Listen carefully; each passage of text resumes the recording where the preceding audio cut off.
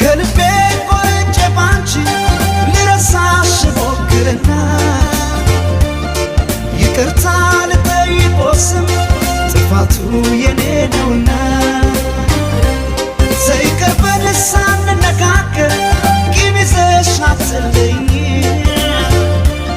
ስማጠን ከደጅሽ ቆሜ ከልብሽ ይቅርበኝ ከልቧ ሰው ተቀየመ ጨክና እሷ አታውቅም ለምን ይሆን በቃኝ አለች ላይኗ እንኳን የጠላችኝ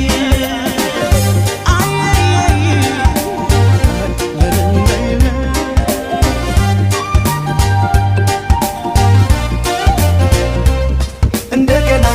ኩርፊያ ይቅርና እንነጋገር እንደገና